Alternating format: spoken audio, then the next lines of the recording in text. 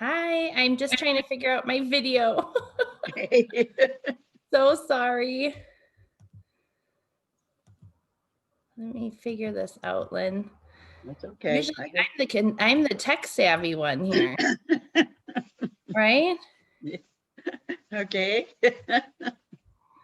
Well, I gotta figure out how to get my screen big. Oh, here, if I do this. No.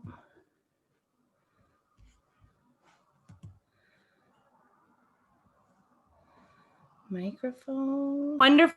I'm just gonna get settled. Yeah. What a great background you have. Oh, thank you. I figure if I can't go to Scotland, I'll bring Scotland to me. Oh, I love Scotland. Been to Edinburgh twice. I would die. I have an arm here that will be glad to go to Scotland. I'll give it away. What did you do? I fell down. Oh. Yeah. So sorry. Anyway. Yay. Good morning, everyone, and welcome to Renew Your Spirit. I'm your moderator. I'm Lynn Gaffin, and I'm happy to have everyone with us today. My guest this morning, I got to get out of church. I'm not in church right now. Stacy Kopchinski. She is a spiritualist teacher, minister. She's a pastor of the First Spiritualist Church of West Dallas in Wisconsin. And are you still the administrative assistant at Morris Pratt? I am. I'm the president. We have a new pastor at our church. Ooh. He's fantastic. Oh, okay, great. And I am the administrator to MPI. Yep, absolutely. Wonderful. Well, you're in my neck of the woods because I'm raised in Wisconsin. Oh, perfect. Yeah. Yes. Fond du Lac, not too far. Yeah. Not too far at all. Too far. Great. So what I want to do today is find out about Stacy. All right. So feel free to talk about yourself. Great. I see you went to school for art history. Yeah. I've been, what do they call that? Like a habitual college student. I originally went for art history. Then I went for physical therapy assistant. And then I went for business management, like a perpetual student, right? That's what I am. Are you in school now? No, actually I'm not. So that's good. Okay. Well, I guess I'm in the school of spirit. Aren't we always learning different things? Well, that's true. That's true. Tell me how you got interested in spiritualism. What brought you to our door? Well, it's kind of interesting. So when I was 11, my parents bought a restaurant in Rochester, Wisconsin, which is this tiny little town.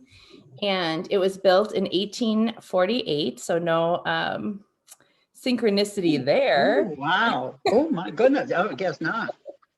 But it's considered one of the most haunted buildings in Wisconsin. Really? So there were all these ghost stories that came with the restaurant, and it was interesting. Like I was really intrigued by that, in that, I don't know, in that, fascinating kind of TV ghost busting way. Right. And when I,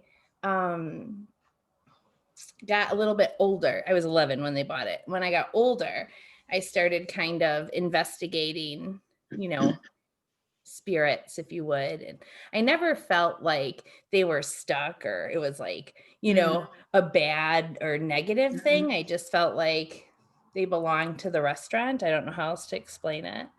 And so when I got a little bit older, my parents, because we were constantly being like questioned or asked about paranormal investigators who wanted to kind of come in and research.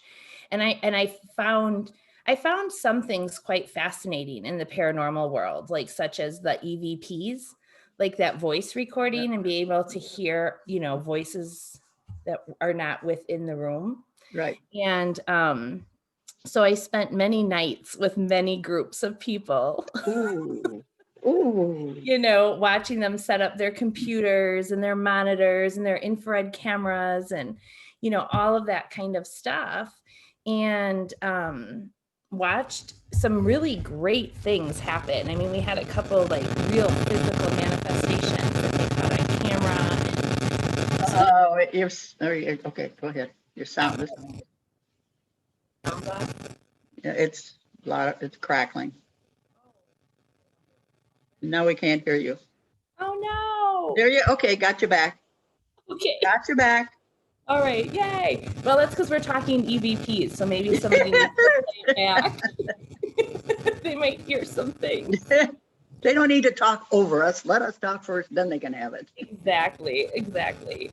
So really, that was kind of the adventure. And then all of a sudden, one day, one of my friends who would come to the restaurant said, "Hey, have you ever heard of Lilydale, New York?" And I'm like, "No, what is that?" And they're like, "It's like this community of people who talk to spirits." And I'm like, "What?"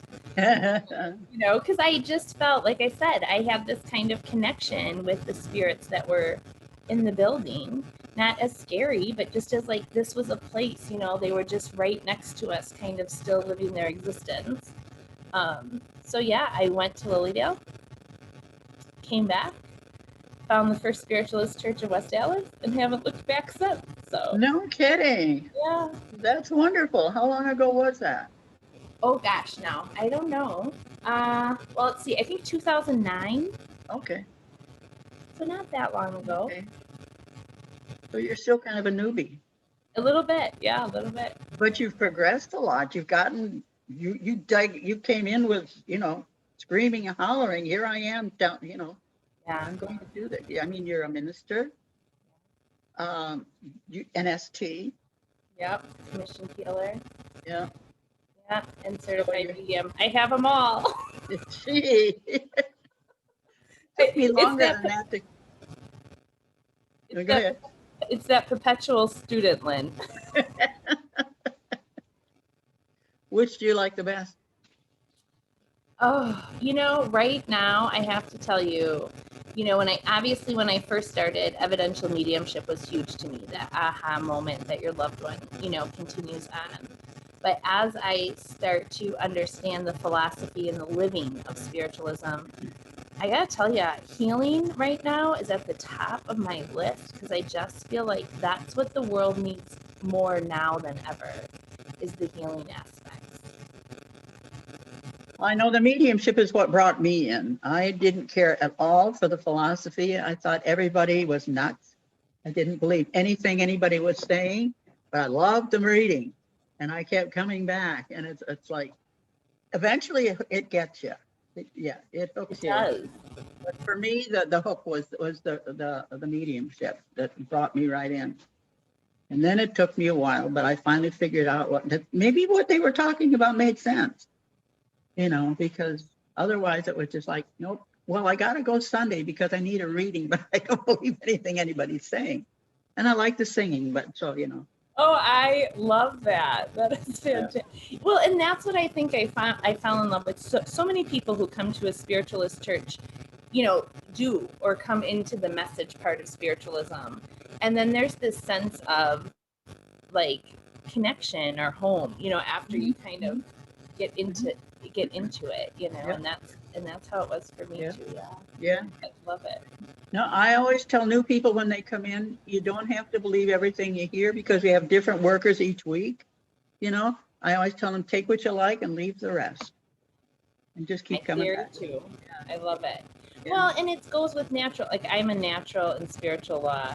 I'm just addicted to it right now. Like, it's so fantastic. It's like, to me, it's like the Cliff Note version of how to live our life. Yeah, absolutely. Yeah, absolutely. And it goes against with the law of it goes with the law of vibration, like you said. Don't believe. I'm a healthy skeptic, actually. Oh yes, I think you have to be. Yep. I think you have to be. I don't believe everything you hear. Don't believe everything you see. Yeah. You really need to, sit back and have it proven to you. Growing up in the restaurant bar industry in Wisconsin, they always have this saying: you believe nothing of what you hear and half of what you see. Yes. So when you were growing up in the restaurant there, did you have any experiences with spirit? Yeah, I actually had when I was a child, like when I was in kindergarten, I actually, and I think that's why I probably had that connection to the spirits in the restaurant is when my grandfather passed away or crossed over to the spirit Yep, side of yep. life. I was in kindergarten and he came to me and he, said he was going home to be with grandma and, and that he'd always be around. And so that to me, growing up, from kindergarten on, I always just knew that there was more than just this life. So when I got into the restaurant and the connection, it was actually kind of really, it was really kind of cool because like I said, there were a few episodes of like doors opening with nobody there. Oh, wow. Like Yeah. in one time it was like eye hooked, it was locked. And we literally watched on camera the eye hook lift up, Oh, move over, and then the door fly open. That was proud. That was like, and this team, because everybody does paranormal, and I'm not a paranormal investigator, so I don't right. really know too much about it. But everybody has a little bit of a different style of how they do it. And this team that was here, they were from Chicago. They had the most elaborate setup I've ever seen in my life, Lynn. It was like there had to be 22 laptops all going in Oh this my one gosh. back room. They had infrared lighting at like in every room. And this is a huge restaurant, mind you, because it was a stage set, is what originally. Oh, okay. And the first cabin was burnt down by the Native Americans that lived on the Fox River because we were Oh, encroaching in their gee. space. And so this is this huge, big brick building, and every room had multiple cameras and thermal cameras and infrared. And it was, I mean, if you even sneezed or coughed, you had to say that was, that was, Oh, yeah. and I coughed because they eliminate any possibility. So watching that latch literally lift up, it was crazy. It was crazy. And then the other thing that I found out, because again, with the EVPs, so they just use these voice recorders and you like ask a question just out loud. And then you sit in silence and then you ask another question and you sit in silence. And when they come back and replay these, there was one EVP that still gives me goosebumps today, but it was an entire conversation. Like they responded, they said Abe Lincoln was the president, and I think it was Bill Clinton maybe that time, that Oh time my era. gosh. And it was so cool, and he like his voice was so clear. It was amazing. Wow. It's Oh quite my amazing. gosh. Now, is your family in on this too, or were they believing? So, well, I think yeah, they believe they believe in a way that is probably right for them. Everybody knows chances. Like everybody knows it's haunted, and people like we were in the book Haunted Wisconsin, and so people come there all throughout the year to kind of have an experience. Mm. And very many of the employees have seen doors open, things Oh, fly gee. off the walls. Like everybody has had an experience. So to what degree they believe, I don't know, but I think there's too much that leaves too much open for them. So So you really don't. So they know how far you've gotten into it. So you really don't have any backlash. no, my family is super supportive. They're really wonderful. They came to they've been supporting me the whole time. Come Great. to my ordination, come to Yeah. church services. Oh, So it's wonderful. wonderful. Yeah. Now you are sitting on on the national board. Yeah, yeah, my second year. What is the what can we expect to see in furthering spiritualism? I personally think we're on this breakthrough or this cusp of this whole new way of spiritualism. You think back to how it all started and how, in the beginnings and why we became what we did and why we organized. And, I think especially, I know this is going to sound crazy, but with this huge pandemic, Yeah. it has really opened up Yeah. and casted the net of spiritualism Yeah. worldwide. Yeah. worldwide. We are not alone anymore. You know, so many of us are sitting in these tiny towns or these big cities with no spiritualist churches and no one to talk to about, you know, what spiritualism is even. Like a lot of people know what mediumship is, or a lot of people know what, you know, maybe some form of spiritual healing is, or energy, you know, energy healing.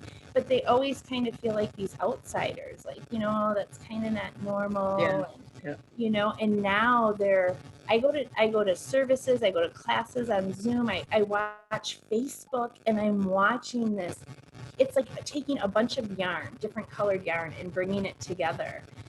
So I think spiritualism is going to just have this huge revival, like this Mm-hmm. big, you know, because we're just expanding our community Mm-hmm. more and more and more, and you can't help but have those effects now. You know, I think the way churches, the way, you know, it's not so much about a church as it about a community now. Community. Mm-hmm. Yeah, Mm-hmm. I love that word. Mm-hmm. And I Mm-hmm. think we're just building this great community worldwide.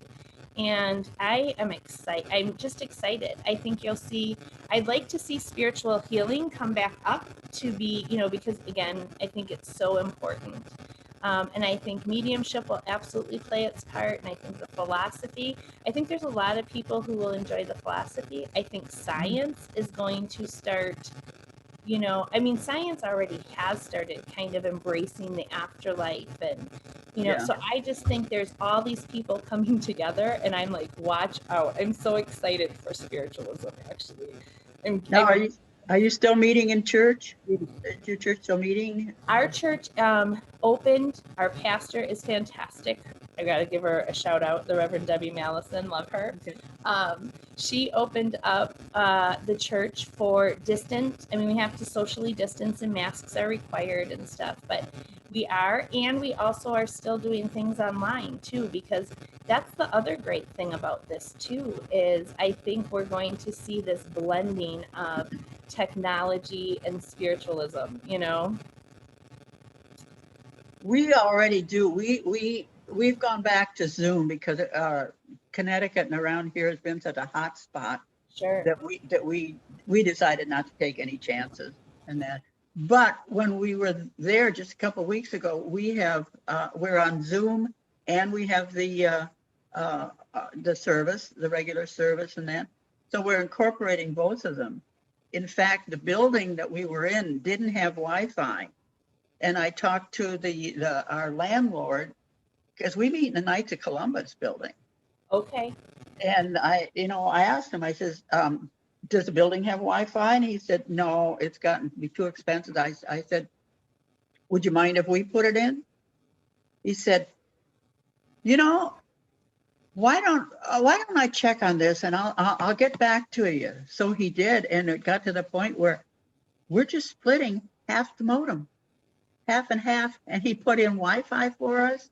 And he came to visit us to see what it was like. He says, I love it. I love it. And it's like, yes, here Exactly. we are, world. Uh-huh. I know. I love it. I love it. Well, you know, and Spirit teaches us no boundaries. Yeah. No boundaries. You Yeah. know, and it's gonna be great. Like I said, it'll be a very delicate balance, you know. Again, it's almost like this new adventure, if you would. You know, we're given all the good solid foundational Mm-hmm. facts, right, with what spiritualism brings. And now we get to play with it and create and, you know, restore or renew or redo whatever, you know, was for us. So that's Yeah. really exciting. I know when I started thinking about doing this, what we're doing now, it came to me one night when I couldn't sleep, which is really most nights, you know. And all of a sudden, this idea came to me. So what I wanted to do is get all types of belief systems and everything, not just spiritualism, because at that absolutely that can just go so far. But and I've got it booked through. I'm starting March. Fantastic. And it's like somebody liked the page the other day, and she's from someplace in Africa. And I said, yes, that's what I want, is to get it out there. Oh, absolutely. And to learn, like you said, learn all these different people. You Yep. know, I mean, how boring would the world be if we're all the same? Like, Right. it wouldn't go into the universal law, right? So, how wonderful to learn about all these people, what makes them tick, how it gets, you know, how they get to their destination, and then to learn about, you know, how we might be able to incorporate a little bit of that Mhm, into our mhm, path, mhm. in our journey. I was Yep. just reading a book this morning, The Law of Spirit, and it's a fantastic like book or story, but it actually pertains to a lot of the natural laws. And it says in there that all religions are just little stepping stones to help us in our understanding of the universe, which is so vast that our minds can't grasp it. Yeah. Yeah. And I thought, wow, how powerful is that? You know, like you said, spiritualism is what resonates for me, but I'm also fast. I just got asked just the other day to speak at a Quaker meeting. Oh, how nice. And I'm like, how Yeah. wonderful, you know, like just to get out and hear it, you know, and just that's what I always say. I was probably, talk about perpetual students. I drove my parents crazy. By the age of, I think it was 16, I started going to every religious temple, Oh, synagogue, wow. church, because I was trying to understand, Right. you know, because I was raised, you know, Catholic, Baptist, and then Catholic. And I love church. Like, I don't know how, well, again, why wouldn't you love the energy of a group of people Yeah. coming Yeah. together for God and spirit, right? But I had problems with rules. Yes. Yes. Yes. Yes. Yeah. Yeah. Yeah. Gotcha. Don't we Yeah. all? Yeah. And so I just started investigating all these different religions, and I feel like I took a little piece of every single one and thought, I get it. Like, I really get it. I understand why this might work for this person or why this works for that person, and how to incorporate a little bit of that in my daily living too. Mm-hmm. Mm-hmm. And that's what I And like look at, about spirit. Yeah. That's what I like about spiritualism is there's no set rules. You have to believe this. You have to believe that. We take a little from each religion, and incorporate it in that. And spiritualism becomes a way of life. It's not a dogma. It's not a religion. And it's like, you just incorporate the whole thing into your life. yeah, it's like a lifestyle. Yeah. Fantastic. I love it. Yeah. This is It's so not. great, Lynn. And I think I wonder if it was the fact you couldn't sleep or if spirit was nudging you a little bit on your Well, I'd like to think that, except it's been kind of a nightly thing. So I'm going to go. well, maybe the idea was inspired by spirit. There you go. Like that. But yeah, so because we had been thinking right before this whole shutdown and everything started about getting the word out, and we had produced a brochure that we're going to take to a outdoor farm, like a farmer's market and that. But then it closed down the day that we were supposed to do it, and everything since has closed down. But like you say, this opens up the idea, this opens up the opportunity for more people to do it. Because when we first started doing just the Zoom, and people started coming in that couldn't get to the church. Some were at a distance, some were handicapped, and that's what I wanted to do when we got back into the church, was to keep it open so that they could continue. Otherwise, we're cutting them off at the knees, and it just doesn't. You have to be there for everybody. You can't say no. Exactly. I agree. I agree. And, you know, and this really reaches into all of those places. You know, I can't tell you how many, you know, classes or services I've been in, and somebody will pop up from England or Ireland or Nebraska or South Dakota or New Mexico, and they're like, oh my gosh, I can't believe this. Like, this is so fantastic. And we just have to keep casting that net far and wide, you know, spreading that light to all the corners. And Yeah. and then those people who need it, we know Right. will find it. Yeah. Now, do you think, and I've been kind of going over this in my head, that it seems to me that spiritualism is stronger in Europe than it is here. Just my opinion, and I don't know where they seem to be more active. You know, it's interesting because I'm kind of a history buff, right? Like in the movement of spiritualism and, you know, and kind of how it happened. I think that, well, you have to remember England's an older country than we are. We are really a baby in the big picture of things. But it started here. It did start here. But I think that with that, you know, with that, like they had such a strong, you know, like, I don't know, population, and you know, I think they're more, I don't know if they're more open to it. I don't know if that's the right word too. I get why this thought's going in your head, because I see that too. You know, I sense that too.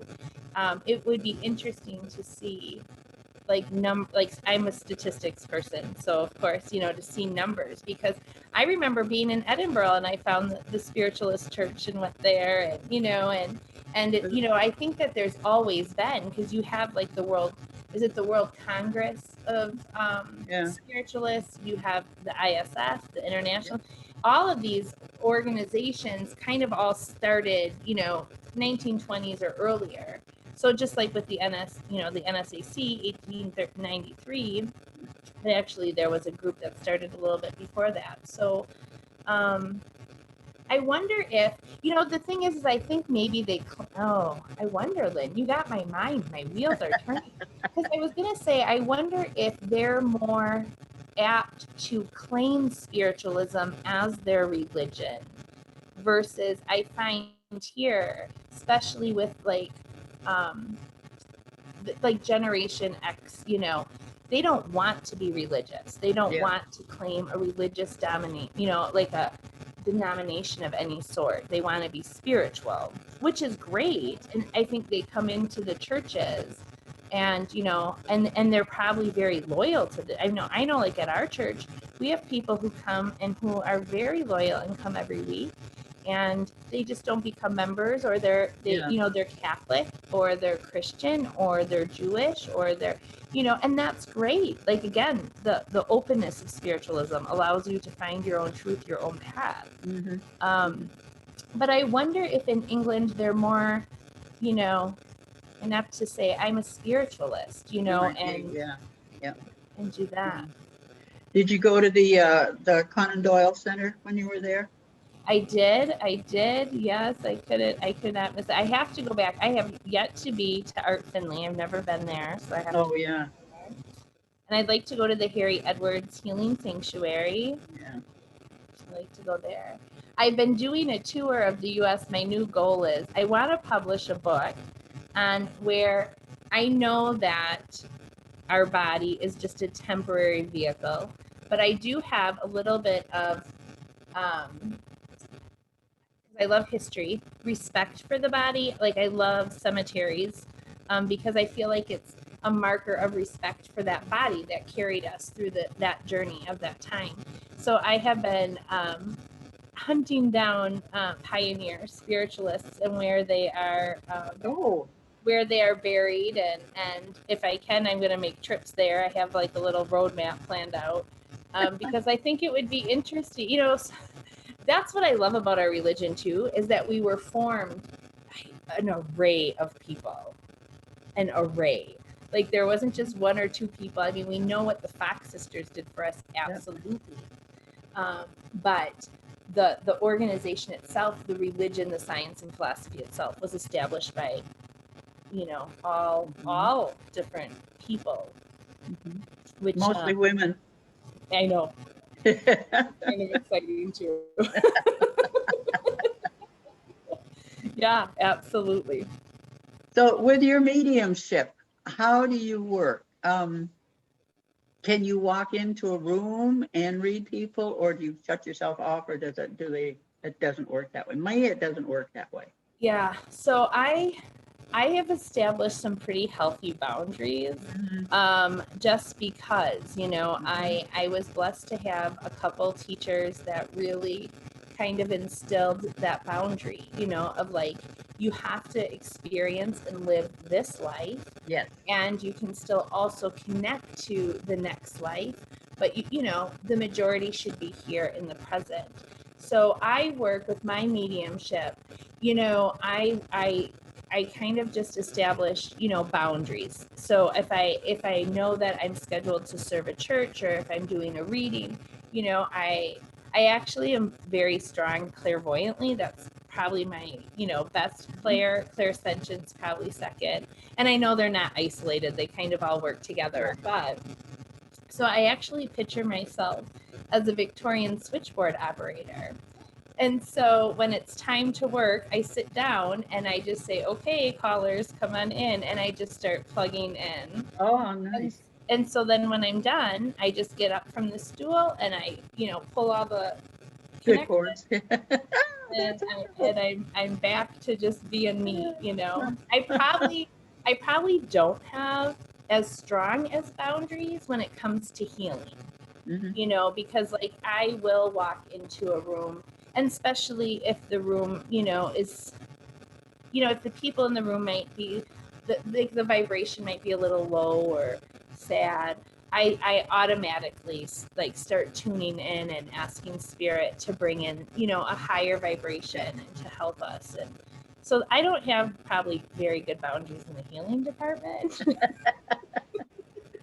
Well, you get to the point where somebody walks in, and I do that. I mean, they walk into church, and I can tell whether they're in a good mood, a bad mood, they don't feel good, and then, and it's, yeah, Yeah, yeah. and then you just tell your healer, surround them, you know, lift them up, pick them up, help them, restore them. Yeah, it's just like, it's like you kind of just give it away, you know. It's like there, you know. Well, that's what it's for. That's Exactly. what it's for. Absolutely. Yeah. Absolutely. I love it. Uh, do you write? I'm starting to. I'm starting to. I don't know why I asked you that. Just all of a sudden, I saw you sitting there writing. And it was like spirit is coming in and going to be working with you writing.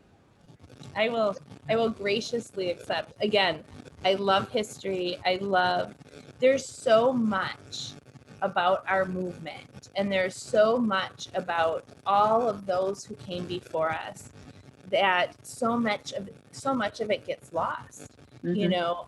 And I'd like to see kind of a resurgence of bringing, you know, some of our mediums of the past whose names you've never heard of, but yet they've given us such influential and inspirational Mm-hmm. stuff, Mm-hmm. kind of bringing them, you know, if you would, back to life, Yeah. Yeah.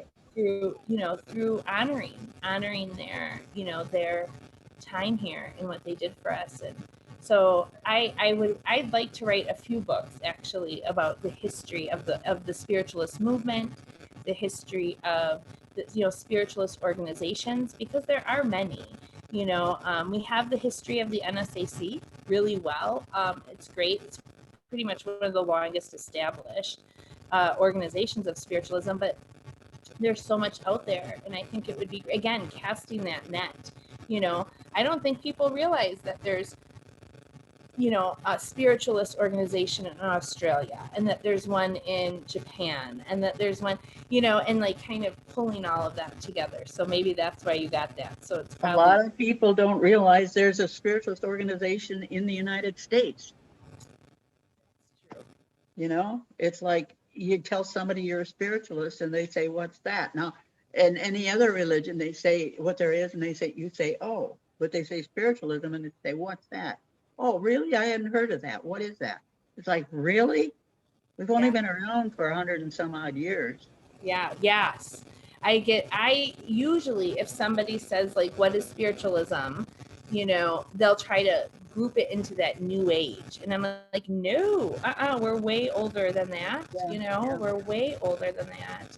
yeah. And then I give them some history. But you know what you're doing, Lynn, and what's, you know, what others are doing is getting the word out. So, you know, like I said, I feel like in time, people are going to say spiritualism. Oh, I know that. I've heard of that, or I've heard of that organization, or, you know. And I think that's what's great about it. I've done a few different little shows on history of media, you know, of past mediums of the past, that are just like I said, you learn about them, you learn about spiritualism, Yeah. you know? Yeah.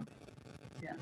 And really, it's not as cut and dried as people try to make it out, because it's a very vibrant religion. Yes. Really, once you get a hold of it, it's like, where do I go from here? It's like you just don't go to church on Sunday and come home and for the rest of the week forget about it. It's, Right. wow, this is where I am. This is my life. Yeah. And I don't know of another religion that does that. No, I don't. Not in my experience. It was always, I suppose I did go to Bhutan last year. Oh, this year. But like in the beginning in February, and we visited a few Buddhist temples. And I know like our tour guide, his name was Karma, which I loved. Like no coincidence, right? He says that though they have the temples and they have the shrines that people go to and walk and pray or do their mantras at. Every house has a temple inside of it, and they do most of their stuff from home. So that was probably the closest I kind of took to spiritualism, in the essence of we don't need a building Right. to be the church, right? We don't need we need the community, I think, more than anything. And that is definitely getting stronger by the minute. And I hope churches, I really hope churches, I think all around, if you look at statistical facts of just religion in general, all churches are kind of starting to, see a decline. Yeah. Because a lot of people, I'm going back to that, that Generation X, is spiritual, not and want to live it every day versus just those Right. 2 hours on Sunday. Yeah. Yeah. Yeah, I've had people tell me they don't like organized religion. I said, well, then you come to the right place, because we are nothing but organized in a church. Come on in. We're not organized. Mm-hmm. Now, your friends and the people that you surround yourself with, are they in the religion, around it, or understand it, or what? I would say that, it's interesting, of course, law of attraction, right? So I probably have more friends now who are into it than I do who weren't. I think we all go through that shift, I wonder, but I find a lot of people who start on that deep spiritual journey, they tend to shed their friends of Right. of that Yeah. of existence as Yeah. they shift into this new existence. And so yeah, the majority of my friends, I would say, at least know what spiritualism is. Of course, if you're friends with me, I'm going to just sit down and tell you, right? So, you don't even have to be a friend. You can be a random stranger on the street and just spark a conversation. Let me tell you about spiritualism. Yeah. And I'll be like, let me tell you, because again, to me, I'm so passionate. I don't care. I'm not telling people about spiritualism to convert them. Right. I'm telling them to educate them. So that way, when they're like, oh yeah, you're that religion that I hate when they say that. You're the religion that talks to the dead. And I'm like, they're not dead. They're just living. I'm just talking to living energy and love. And yes. But, so education, because I do find, interesting, I do find doing the research that I've been doing that most like churches or camps were, maybe back in like the 50s or 60s were labeled like spook hill or spook temple. And, it got this kind of, I don't even know what to call it, but they got, just like, they just didn't educate, or mediums who, let's face it, just like dentists, doctors, any profession, you have good people and you have not so good people. And, there was a lot of, taking advantage of or fraudulent, type of mediumship that might occur that gives, again, I go back to my restaurant training. You can have 80 people happy, but that one person who is upset will tell more people about it than the 80 people who love it and have a good time. So, I think that's a good lesson for all of us to try to shift, and give more compliments than comments. How do we get more men in the I'm not trying to generalize or anything like that. I wonder if we go back to, I think we have to go back to two different things. We have to go back to the science, because if you look at the actual movement, and when like Crooks and Harrington, Hayward, Carrington, science has men in it. I mean, now they're having women, which is great too. So I think we could get that blend. Yeah. But I think men tend to be a little more logical. So, you know, focusing on the science aspect might bring in more men. The other thought process I had was the aspect of, well, you know, science.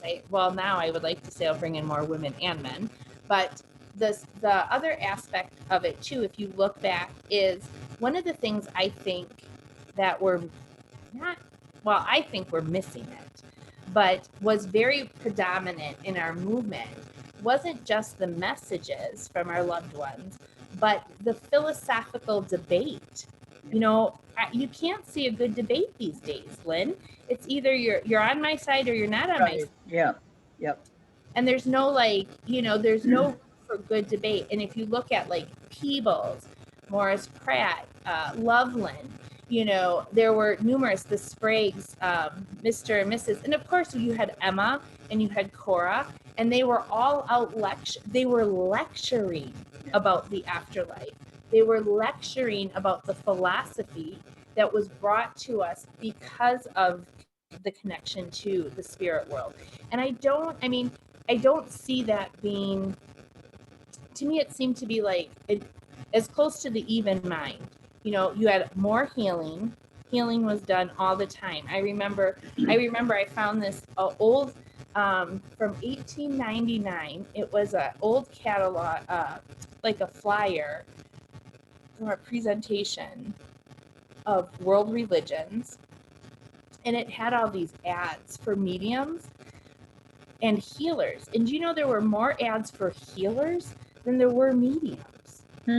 You know, it was amazing, you know. And now, because of the world in which we live, we have to be so careful, you know, with the healing, and you know, and so I think to kind of attract more people in general, we need to be, you know, more focused on all of what spiritualism is, not just the one road, but the many paths. And I think if we bring back, if there was a good way to bring back the world of debate in a healthy manner, you know, I think it would be great. Morris Pratt, of course I work there, but of course I have affinity. I live in the state of Wisconsin. Morris Pratt, you know, started in Wisconsin, but he himself would put out ads in the Badger Journal challenging other religious leaders to topics of discussion, such as proof that Jesus was born December 25th. Oh my gosh. And he would call out, and they would fill halls by the hundreds. And they still walked away. I mean, I am sure emotions got high, opinions got loud, but they still shook hands at the end of the day and walked away, you know. And so I think if we can bring some of that back, I think we'll see a broader array of people. Well, I think too, that was at the days before television, and where you could go into a hall and have a debate and have a talk, and that you really can't get the people to do that now. You can't get people to get together for anything anymore, unless it's on TV or on online.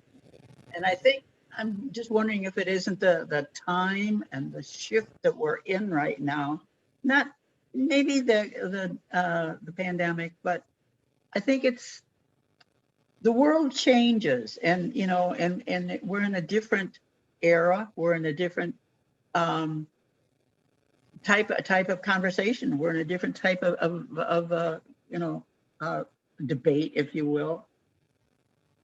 But it's hopefully, you know, hopefully maybe we're going to have to blend the two, you know, because I can't see television and I don't see the internet going away. So somehow we're going to have to bring that together, and, you know, and bring it to the people. Yeah. And you can still have a debate online. Yeah, absolutely, you can. We can do that. Absolutely, absolutely. And that's where I get so excited because, going back to that original question, thinking outside the box, that's what this is. I think that's where we're going, even on a national organizational level. I mean, we're meeting and we're discussing different options and different ideas that, even a year ago, no one would have thought we were discussing. Right. And so now we have this, basically we have, the world is our oyster, really. And, it's up to us to, like you said, bridge those worlds, mind that gap, figure it out and figure out different ways to do it. So I'm kind of excited. I'm really excited for it. And I think we need to bring children and families back into spiritualism too. That would be nice. Yeah, that would be nice. Yeah. But I know when spiritualism first started, it was basically the physical mediumship. And then it went into a different phase, and then we have the mental mediumship and that. And somehow right now, I think we're going to have the electronic mediumship or electronic discussion or meetings or whatever you want to call it. Yeah. I think Zoom and the internet is going to be the halls that they used to have. Yes. So it's I think it's shift. I think it's probably a natural thing because I think it was foretold in the beginning that there were going to be shift. It wasn't going to continue with I think there were threefold, wasn't it? Three phases. Yep. I think that was Cora that said that. Yep. Yep. Yeah. So are we in the third phase now? Maybe. I don't know. I like, again, never say never, and spirit knows no limitation, and here's the thing. I respect mediums who say, you know what, I just can't work over the internet, and that's fine because maybe it's their spirit team that can't do that. But there's other spirit teams that are probably over there that can. So, and the thing is we need to go back to respecting whatever that medium necessarily means. Not just because it's not the way we do it doesn't mean, or I do it doesn't mean it's not the right way. Well, I always figure that energy is energy, and if you're online or if you're in person, it's a different kind of energy when you're in person. Oh, absolutely. But you're going to have to. I think mediums are going to have to adapt because I think this is where it's going to be. Yeah. I think from now on. I mean, the world is changing. There's no getting back to normal. Right. Because there's a new normal. Yeah. And I think I think a lot of it has to do with electronics. Yep. We're going to be, as I said before, we continue to have our church online, even when we were in person. And I think that's where it's going to, help spread spiritualism, and mediums are going to have to get used to it. Yeah. They just are. And I think too, again, I go back to the law of balance. I think we're going to need the physical buildings for those who don't want to do this. Absolutely. And I understand and respect that because, like you said, Lynn, I agree. Energy is energy. The only obstructions, the only obstacles are the ones that we put in the way, because I agree. Spirit knows no bounds. But I also feel like too, there is that sense of the one thing, like, I'm all for technology. I am, obviously I'm the chairperson of the social media committee for the national. Yeah, you're doing a great job too. I have a great team. I have there's 5 others that people throughout the US that are helping. So it's not just me, but there, that is, a huge aspect of it because, that is true. And then we also have, so I go both. I say we're going to need the technology and the online, like you said, let these be the halls because we'll get people to attend. But we also need the brick and mortar. We also need, because that's where we start building the community, getting the word out there within this, again, I go back to, and that's what I think I love about, in most churches that I see or visit, they have some sort of community outreach. They have some sort of connection to, either a nonprofit or a interfaith group or, a boys and girls club, something, to connect them to the community, because that's also where we start kind of building and educating. Again, not converting, but just education. So that way, when you say, "Oh, I'm a spiritualist," they'll be like, "Oh yeah, I've heard that before." Yeah. Well, I've finally gotten to when you go to the hospital, you tell them you're a spiritualist. They don't blink twice. They just write down spiritualist. Yeah, Taking a while, but we're getting there. we're getting there. We're getting there. We are. Yay! Oh, I love it. So, do you visit other churches? Do you visit other churches outside of Wisconsin? I do. I know we've got you scheduled for as a speaker, but that'll be online. Yeah, I do. I mean, prior to this whole COVID, I've been traveling a lot for 2 years. I've been to about 44 of our auxiliaries or camps personally, walked into. And I'm hoping to get through. I mean, my goal is to get to every single one, of course, but right now, not so much. I mean, I'm traveling via Zoom. It's fantastic. I actually served a church in England this year during did you really? during the COVID pandemic. So yeah, it was great. So it's cheaper, really. Yeah. Well, yeah, it is. You don't have to stand in line for a passport. Yeah, I don't have to pay for a bag. Luggage, no luggage fees.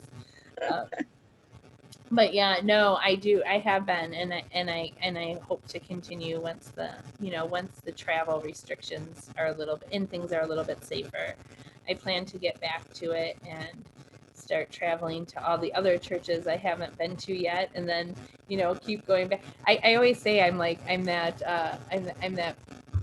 annoying customer. Once I walk in, you just can't get rid of me. That's the problem. Now, how has your church, the West Allis Church, how has that been doing during all of this? Have you long? I got to tell you a little bit about the history of West Allis. So when I walked in there we had no credentialed workers at the time when I walked in.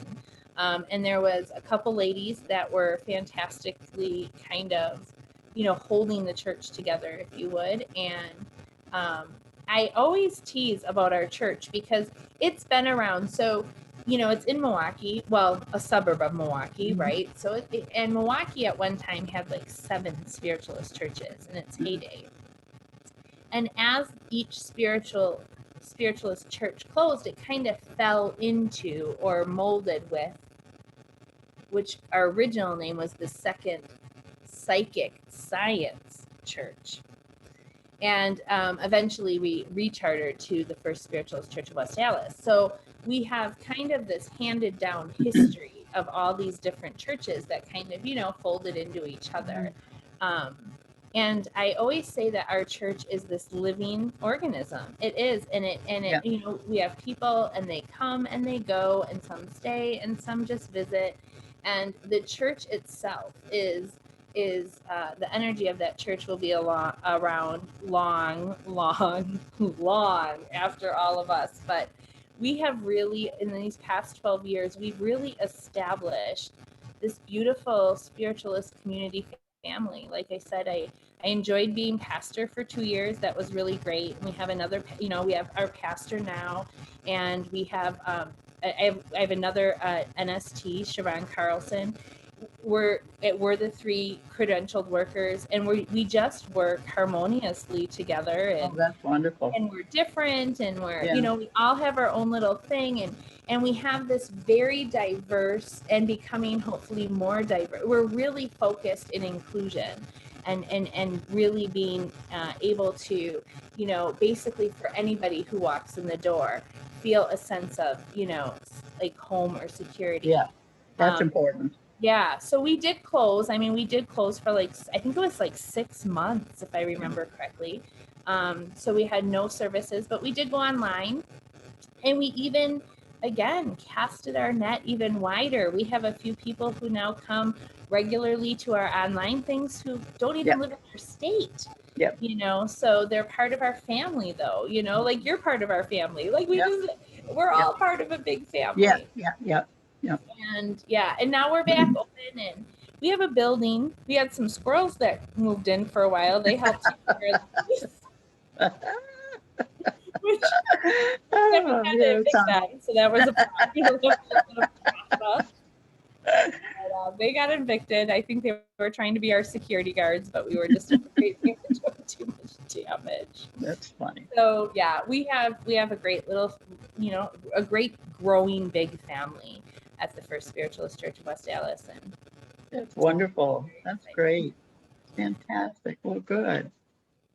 Well, I think that's wonderful, Stacy. It sounds like spiritualism is alive and well, and you are keeping it that way, whether you know it or not. Yeah, I think we're all doing our part, right? Absolutely. We all have to. It is. It's not just a one-person job. It's everybody has to do it if they want it, and Right. it's amazing how everybody, the people that are supposed to be there will come, and the people that are coming are drawn to your energy, the energy of the church. Each church has its own energy. Each church has its own personality. I've found that up and down the East Coast here. Each church has its own personality. And if you're drawn to that personality, that's where you're going to go. It's like a little pigeonhole. Oh, that's my hole. That's my little pigeonhole up there. Yeah. Yeah. Well, and it's the law of vibration, the law of attraction. It's natural law in working order. Absolutely. I agree with you. Traveling to all of those different places, you see these little, and I think every single one of them is necessary and Absolutely. is essential. Absolutely. So, well, Stacy, this has been wonderful. Thank you so much. Lynn, thank you for inviting me, and thank you for doing your part. And I'm having fun. Alive and well. I'm having fun. Absolutely. So, and we'll see you in our church. Got you down for next year. Yeah, I'm excited. Yeah. That'll be exciting too. So, thank you so much, and keep up the good work. We're really proud of you, and figure if you got your stamp on it, it's got to go. It got to be gold. Aw, thank you. Thank you so much, Lynn. Okay, Stacy, thank you again, and we will be in touch. Sounds good. Everyone have a great day. Bye-bye now. Bye.